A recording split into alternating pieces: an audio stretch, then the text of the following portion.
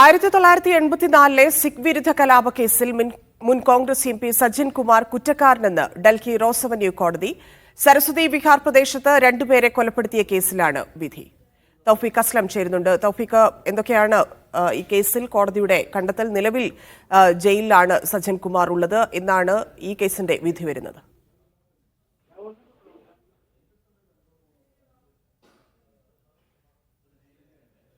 തൗഫീഖ്, എന്നാണ് വിധി?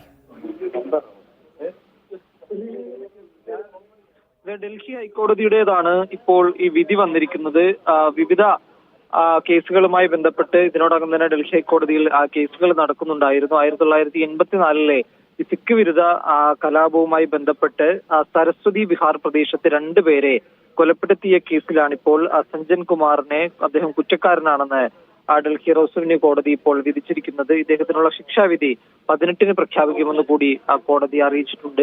നിലവിൽ മറ്റു ചില കേസുകളിൽ അദ്ദേഹം ശിക്ഷ അനുഭവിച്ചു വരികയാണ്. അതിനിടയിലാണ് ഇപ്പോൾ ഈ പ്രദേശത്തെ കൊലപാതകവുമായി ബന്ധപ്പെട്ട കേസിൽ കൂടി അദ്ദേഹം കുറ്റക്കാരനാണെന്ന് കോടതി കണ്ടെത്തിയിരിക്കുന്നത്. ഇനി 18-ാം തീയതി ഈ കേസിലും കോടതി ശിക്ഷ എന്താണ് എന്നുള്ളത് 18-ാം തീയതി ആയിരിക്കും പ്രഖ്യാപിക്കുക. നിയമപരമായി മുന്നോട്ട് പോകാൻ തന്നെയാണ് തീരുമാനമെന്ന് സജ്ജൻ കുമാറിന്റെ അഭിഭാഷകൻ ഇന്ന് പ്രതികരിച്ചിട്ടുണ്ട്.